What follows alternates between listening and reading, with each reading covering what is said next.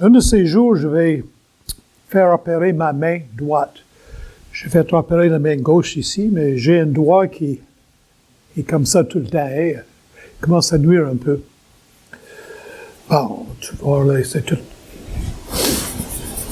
Je suis en train de rénover un bâtiment pour publication chrétienne. Beaucoup de travail manuel. Ce serait un peu stupide pour moi de me faire opérer demain matin si j'ai encore un mois à faire la construction, à déménager, toutes ces choses-là, n'est-ce pas? Le timing ne sera pas bon. Dans Josué chapitre 5, nous avons des choses surprenantes que Dieu fait faire aux enfants d'Israël, pour moi, dans pas le bon moment. Le timing n'est pas tellement bon. Et c'est ça que nous allons regarder ce matin dans Josué chapitre 5. Je ne suis pas en train de mettre en question la sagesse de Dieu. Dieu a toujours raison, mais des fois, c'est surprenant, n'est-ce pas? Il y a des leçons ici pour nous. Josué chapitre 5, on va lire pour le moment les 9 premiers versets. Josué 5, les 9 premiers versets. Lorsque tous les rois des Amoriennes à l'occident du Jourdain et tous les rois des Canaïennes près de la mer apprirent que l'Éternel avait mis à sec les eaux du Jourdain devant les enfants d'Israël jusqu'à ce que nous ayons passé, ils perdirent courage et furent consternés à l'aspect des enfants d'Israël. En ce temps-là, l'Éternel dit à Josué, « Fais-toi des couteaux de pierre et circoncis encore une fois les enfants d'Israël. » Josué se fit des couteaux de pierre et il circoncit les enfants d'Israël sur la colline d'Aralat. Voici la raison pour laquelle Josué les circoncit. Tout le peuple sortait d'Égypte, les hommes, tous les hommes de guerre, étaient morts dans le désert pendant leur route après leur sortie d'Égypte. Tout ce peuple sorti d'Égypte était circoncis. Mais tout le peuple né dans le désert pendant leur route après la sortie d'Égypte, pendant 40 ans, n'est-ce pas, n'avait point été circoncis, car les enfants d'Israël avaient marché 40 ans dans le désert jusqu'à la destruction de toute la nation des hommes de guerre qui étaient sortis d'Égypte et qui n'avaient point écouté la voix de l'Éternel. L'Éternel leur jura de ne pas leur faire voir le pays qu'il avait juré à leur père de nous donner, pays où coule le lait et le miel. Ce sont leurs enfants qu'il établit à leur place. Et Josué les circoncis car ils étaient incirconcis parce qu'on ne les avait point circoncis pendant la route. Lorsqu'on eut achevé de circoncire toute la nation, ils restèrent à leur place dans la cage jusqu'à leur guérison. Verset 9, l'Éternel dit à Josué, « Aujourd'hui, j'ai roulé de dessous vous l'opprobre de l'Égypte. » Et ce lieu fut appelé du nom de Gilgal, qui veut dire action de rouler, jusqu'à ce jour.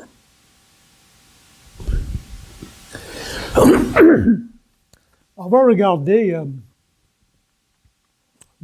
comme on a fait la dernière fois qu'on a regardé Josué, une esquisse de Josué. On est rendu au chapitre 5, on va essayer de se situer. On a notre esquisse. D'abord, il y a les 3 introductions dans les versets 1 à 17. Dans le chapitre 1 de Josué, on a la mort de Moïse. On a la déclaration que Dieu sera fidèle à l'alliance qu'il a faite avec son peuple. Puis, on a un rappel de l'alliance. Puis après ça, dans les chapitres 2 à 5, et nous autres, on est rendu au verset 5, c'est l'entrée dans le pays de promesse, dans la terre promise. Puis dans les chapitres 6 et 12, qu'on va regarder dans les mois à venir, la conquête du pays de la promesse. Les enfants d'Israël qui font la conquête du pays. Dans le chapitre 13 à 21, nous avons l'attribution. On a divisé les pays entre les 12 tribus. La 5e section, chapitre 22 à 23, Josué donne des enseignements, des messages sur le besoin de garder le pays de la promesse. Puis le 6e point, dans le verset 24, nous avons 3 conclusions. Le rappel de l'alliance pour respecter l'alliance, le peuple sera infidèle à l'alliance et la mort de Josué. La dernière fois, on a regardé cette structure qu'on dit chiastique. Chi, c'est la lettre grecque X, et je n'avais pas la place sur l'écran, mais c'est un peu comme ceci. Et vous pouvez voir les points extrêmes. Le premier point, c'est la mort de Moïse. Le dernier point, c'est la mort de Josué. Deuxième point, c'est Dieu sera fidèle à l'alliance. Son alliance, l'avant-dernier point, le peuple infidèle à l'alliance. 6, troisième point, rappel de l'alliance, rappel à respecter l'alliance, rappel de l'alliance, appel à respecter l'alliance, le même point. Deuxième, c'est l'entrée dans le pays de promesse, besoin de garder le pays de promesse. La conquête du pays de promesse et la contribution des parts à chaque tribu. Alors, tu vois la structure ici, chiastique comme ça. Le premier et dernier point, le même. Deuxième, mais avant-deuxième, la même. Très, très typique des Écritures, très typique à travers la Bible et surtout dans l'Ancien Testament, c'est dans la structure-là. On est rendu là, l'entrée dans le pays de la promesse. Bon. Dans notre esquisse, on va avoir d'abord, excuse. OK. Dans notre esquisse, on a d'abord, on va faire une introduction. On va regarder d'abord la circoncision, le signe de l'engagement vers l'alliance, dans les versets 2 à 8 qu'on a lu, 2 à 9. Deuxièmement, la Pâque, on a fêté la Pâque, rappel de la délivrance de l'Égypte. Troisièmement, on va voir la manne, la maturité. Et quatrièmement, la rencontre avec le Seigneur, le vrai chef de l'armée, dans les versets 13 à 15, puis une conclusion. En introduction, je dirais ceci, c'est que les Israélites avaient traversé le Jourdain. Ils sont devant la ville fortifiée de Jéricho, une ville entourée de murs, la première ville qui gardait un peu l'entrée du pays. Puis ils ont hâte de commencer à conquérir la terre promise. Mais Dieu va gaspiller plusieurs jours pour leur préparation spirituelle. Au moins 7-8 jours, là, qui sont gaspillés. Ils traversent le Jourdain. Ils sont à quelques kilomètres de Jéricho. Ils ont hâte de commencer à... Ça fait 40 ans qu'ils attendent pour rentrer dans la terre promise. Puis au lieu de se lancer tout de suite en guerre, Dieu les fait faire des choses. Et je pose des questions, avez-vous des leçons spirituelles à apprendre ici? Alors, regardons la circoncision. La circoncision, dans le latin coupé autour, c'est le signe de l'ancienne alliance. Et pendant 40 ans, les Juifs avaient négligé la circoncision dans le désert. Alors, la circoncision, c'était le signe que Dieu a donné à Abraham. Et il faut comprendre que pour un mâle adulte, moi j'ai connu certains mâles adultes, circoncision pour un baby, c'est très rare aujourd'hui.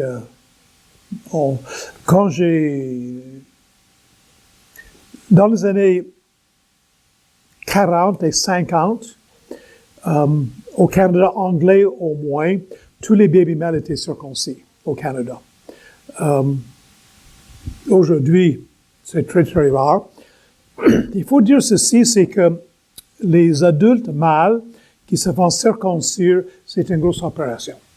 Et pendant plusieurs jours, ils sont faibles et ils ont mal. Puis là, les enfants d'Israël se préparent pour la guerre. C'est une opération un peu qu'on peut choisir le moment. C'est pas urgent nécessairement médicalement. Et pourquoi? Avant qu'on se lance à la guerre, on est devant une grande ville fortifiée, pleine de soldats, qui auraient pu sortir le matin ou la nuit pour les attaquer. Puis Dieu décide de les circoncire au moment où ils avaient le plus besoin de leur force. Vous comprenez? C'est comme si je me faisais opéré sur mon doigt au moment que je travaillais avec un marteau, puis une scie, puis des outils. C'est un passage de faire ça, là. C'est un choix que j'aurais fait. Pourquoi que Dieu fait cela? Bien, je pense qu'en prenant la leçon sur la préparation spirituelle, c'est que le peuple de Dieu n'avait pas obéi à Dieu pendant 40 ans. Puis Dieu dit, avant que tu te lances à conquérir cette nation-là, ce pays-là, à prendre possession de vos pays, vous allez vous mettre en règle. Vous comprenez, là? Puis nous avons besoin de prendre cette leçon-là. Avant de servir le Seigneur, il faut que notre vie chrétienne soit en règle. Au verset 9, on dit aujourd'hui, j'ai roulé de dessous vous l'opprobre de l'Égypte. Qu'est-ce que ça veut dire, ça? Mais l'Égypte, les enfants d'Israël étaient en Égypte. Ils adoraient les idoles des Égyptiens. Ils étaient esclaves. Quand on est esclave, on est méprisé. Les autres nations méprisaient les Israélites. Puis Gigal va rouler et dans un sens, en obéissant au Seigneur pour la circoncision, Dieu enlève la honte qu'ils avaient désobéi. Maintenant, je vais vous poser une question. La circoncision est le signe de l'Ancienne Alliance. Quel est le signe de la Nouvelle Alliance? Pardon? Jésus est certainement celui qui nous donne une Nouvelle Alliance, mais je ne suis pas sûr qu'il est le signe de la Nouvelle Alliance. Quel est le signe de la Nouvelle Alliance? Pardon? Excellente. Excellente. Dans le livre d'Ézéchiel, on dit deux choses. On dit, dans l'Ancienne Alliance, on avait la loi que le peuple de Dieu n'avait pas obéi. Dans la Nouvelle Alliance, Dieu va mettre sa loi dans notre cœur et il va nous donner son esprit. Et la présence du Saint-Esprit en nous, c'est le signe de la Nouvelle Alliance. Puis n'acceptez pas si quelqu'un vous dit que le signe de la Nouvelle Alliance, c'est le baptême. Parce que c'est ça qu'on répond très souvent. Hein? Et le baptême est important, c'est une sorte de signe, mais le signe de la Nouvelle Alliance est beaucoup plus important que cela. Le signe de la Nouvelle Alliance, c'est le fait que nous avons le Saint-Esprit dans notre cœur. Ça, c'est la question de la circoncision.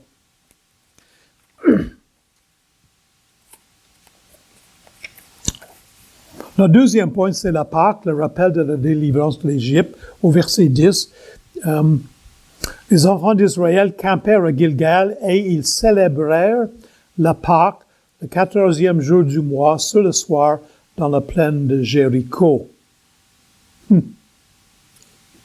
Alors la Pâque, on se souvient qu'est-ce que c'est. Les enfants d'Israël, avant de quitter l'Égypte, la nuit avant, ils ont tué un agneau, ils ont mis le sang de l'agneau sur les linteaux, sur leurs portes.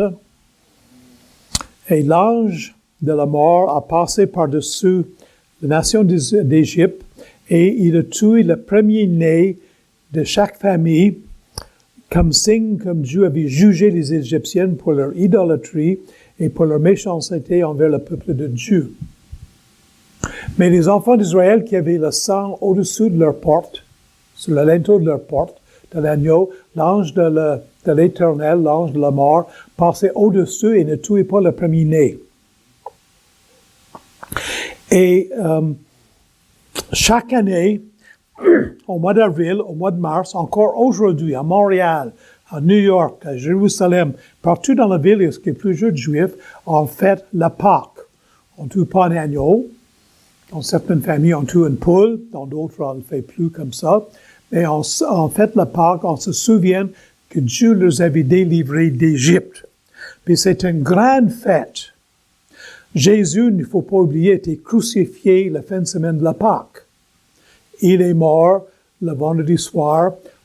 le jour même où les enfants d'Israël tuaient l'agneau pour fêter la Pâque. Et encore une fois, ils sont devant Jéricho, ils sont en danger quand l'armée sort pour les attaquer. Eux, ils ont hâte de prendre leur ville puis commencer à faire la conquête. Mais avant de commencer cela, ils font une fête. Le timing est drôle, n'est-ce pas? Le timing est drôle. Mais encore une fois, l'obéissance est importante. Et donc, la Pâque était, chez Genèse, excuse-moi, la Pâque était un mémorial de leur délivrance d'Égypte.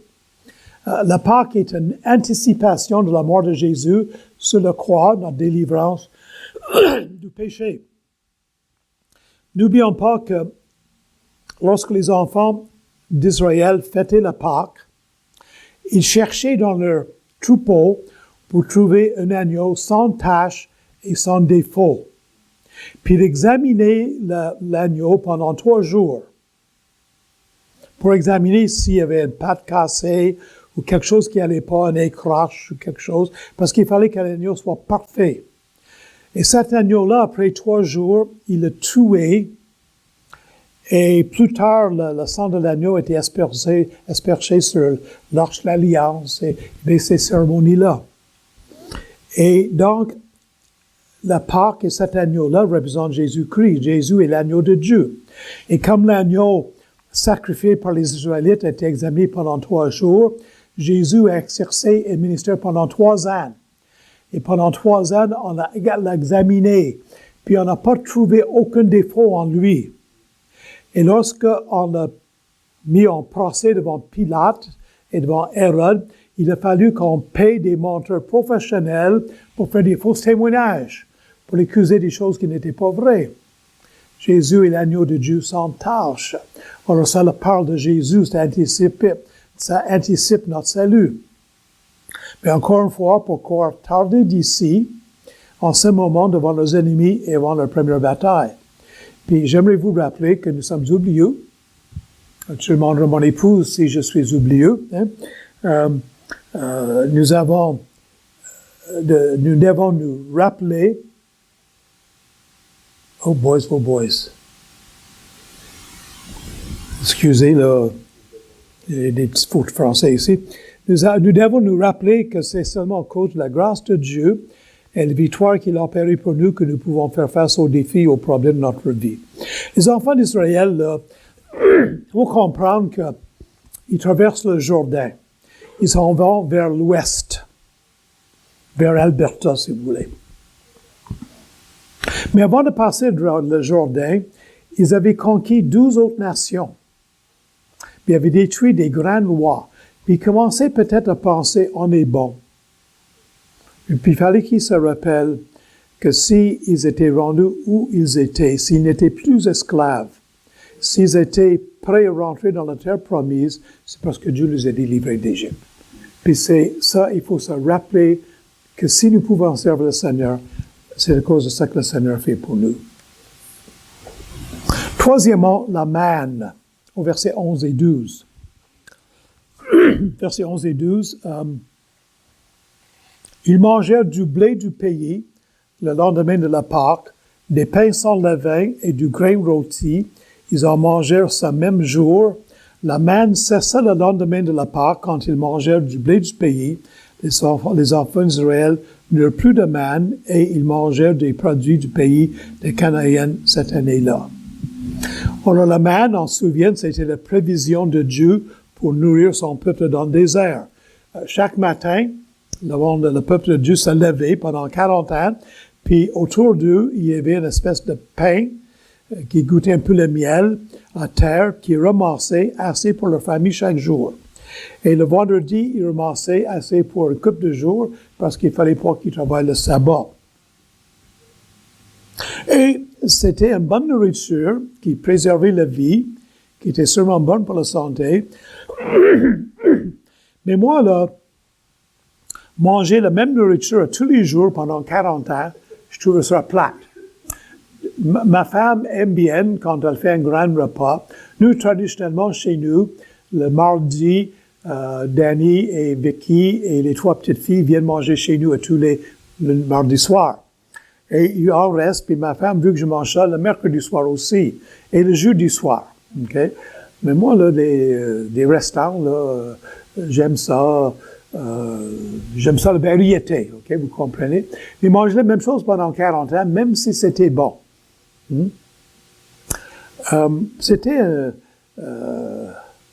Faut comprendre que dans le désert, il n'y avait pas de ferme, il n'y avait pas de champ, ils ne pouvaient pas s'aimer, il n'y avait pas d'eau pour faire grandir des récoltes. Mais là, après 40 ans, la manne cesse. Puis le peuple de Dieu rentre dans leur héritage, puis là, sur les plaines, c'est le mois d'avril, dans le pays, dans la terre promise, au mois d'avril, l'orge est mûre. Pour ceux qui parlent anglais, c'est barley. L'orge est mûre. Et donc, ils ont pu trouver dans les champs de l'orge. Ça faisait 40 ans qu'ils n'avaient pas mangé ça. Qu'est-ce qu'il dit? Du blé aussi. Des pains. En fait, des pains sans laver. Ils n'avaient pas mangé. J'ai vu donc pas manger de pain pendant 40 ans. Moi, là, quand j'ai vu mon faim, c'est un beurre de peanut, là. C'est bon, ça. Alors, c'est une étape. Le peuple de Dieu entre dans leur héritage. Il commence à réjouir de ce pays. On dit depuis des années, dans ce pays-là, il coule le lait et le miel. Hein? Puis là, la manne a cessé. C'est un peu comme un bébé qui est au bouteille de lait et qui commence à manger la nourriture solide. Tu comprends? Là? C'est une étape de maturité maintenant. Les choses changent. Il faut jamais oublier que cette manne, excusez-moi là, cette manne anticipe Jésus, qui est là. Moi, j'ai quelque chose à boire ici. Excusez-moi. Je sais que le Coca-Cola n'est pas bon pour la santé, mais ça me permet de parler des fois. Ouais. Je vais essayer de le renverser à terre. On apprend dans Jean, l'évangile de Jean, que la manne anticipe Jésus qui est le vrai pain qui descend de Dieu. C'est la provision de Dieu pour notre faim spirituelle. Et cette nouvelle nourriture dans la terre promise anticipe la joie éternelle qui nous attend au ciel. J'aime beaucoup 1 Corinthiens 2:9. Ce sont des choses que l'œil n'a point vues, que l'oreille n'a point entendues, et qui ne se sont pas montées au cœur de l'homme, des choses que Dieu a préparées pour ceux qui l'aiment. C'est extraordinaire, cela. Au ciel, qui nous attendent tous, qui m'attendent un petit peu plus rapidement que vous autres, là. J'ai peut-être la personne la plus âgée ici. C'est pas vrai. Mon épouse est la personne plus âgée ici, de 6 mois. Mais, pardon? Papy, c'est vrai. OK, oui, c'est vrai, excuse-moi. Mais au ciel, Dieu a préparé des choses pour nous qu'on n'a jamais vues, on n'a jamais entendu parler, on n'a même pas imaginé. Et moi, j'ai une bonne imagination. Mais je ne peux même pas imaginer qu'est-ce que Dieu a préparé pour mon ciel. Extraordinaire. Les enfants d'Israël rentrent dans leur terre promise, 40 ans de désert. Tu imagines tous ces enfants-là, parce que les vieux sont tous morts. Les vieux se souvenaient de ce qu'il y avait en Égypte, qu'il y avait un pays où il y avait beaucoup de nourriture. Mais là, ils rentrent dans la terre promise, ils n'ont jamais vu une ferme, ils n'ont jamais vu une ville, ils n'ont jamais vu cette nourriture-là. Quelle expérience extraordinaire pour eux.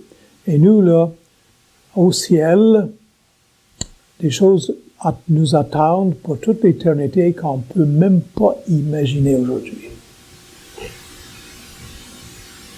Et le dernier point, c'est la rencontre avec le Seigneur, le vrai chef de l'armée, versets 13 à 15.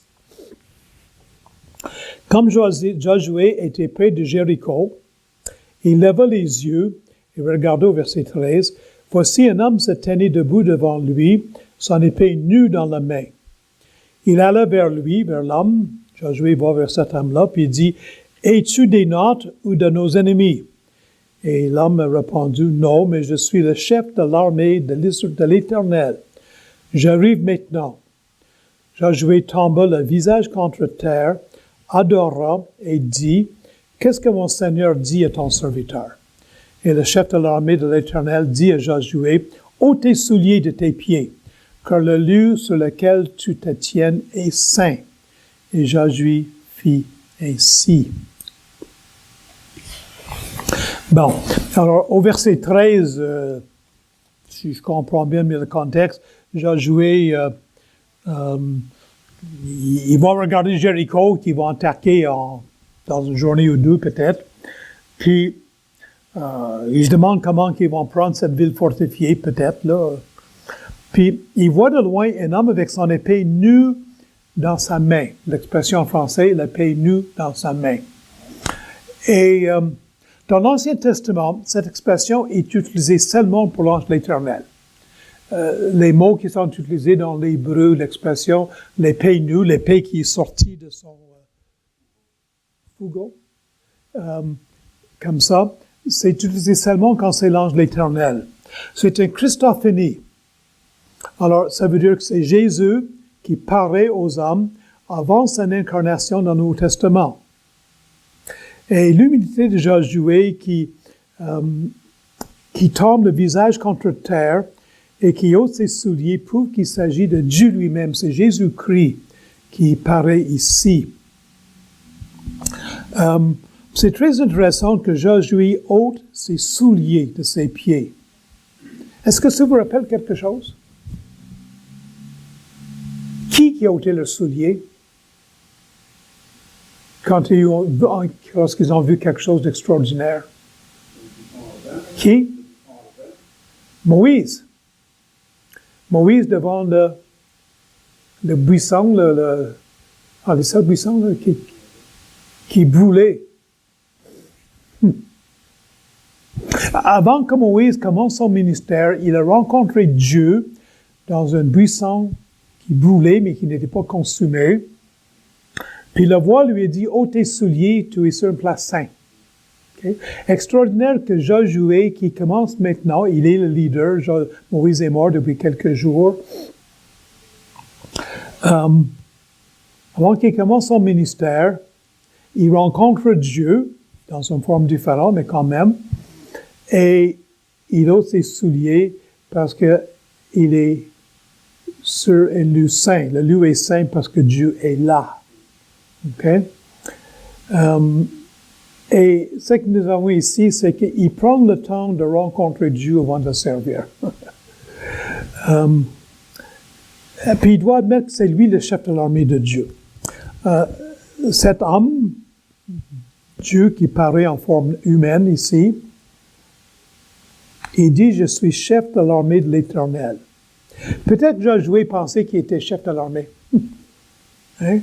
Puis il était, OK. Et il faut qu'il réalise que le vrai chef de l'armée, c'est l'Éternel. Si Josué et le peuple d'Israël vont avoir une victoire, c'est parce que Dieu est avec eux. Puis si Dieu n'est pas avec eux, ils ne vont pas avoir la victoire.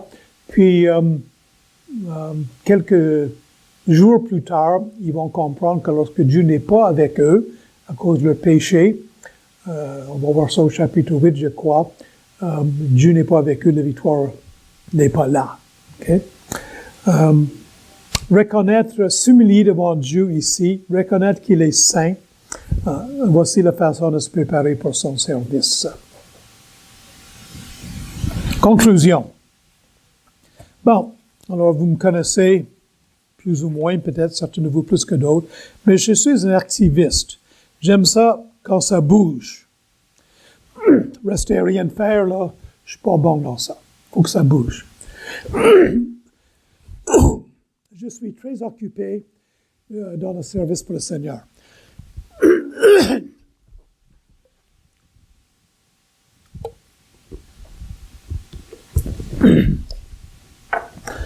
J'ai beaucoup de péchés dans ma vie, mais je ne suis pas paresseux.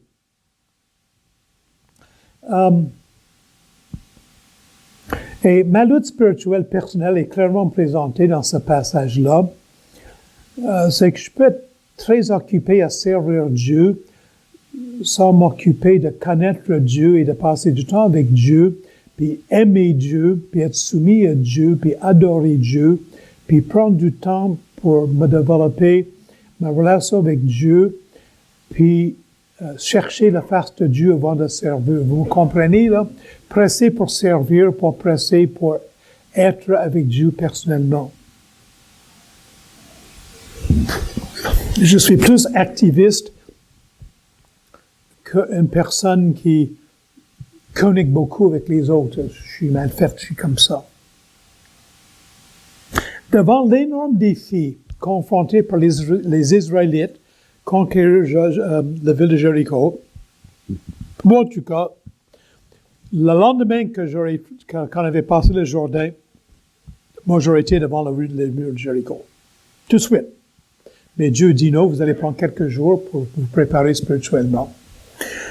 Ils devaient prendre le temps pour mettre leur vie spirituelle en ordre avant de se mettre au travail. Et voilà une leçon tellement importante pour chacun de nous. Josué 5, la préparation spirituelle.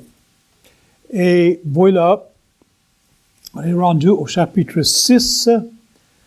Et au chapitre 6, qu'on va voir, pardon, au mois d'août, on va regarder la prise de Jéricho. Nous allons prier.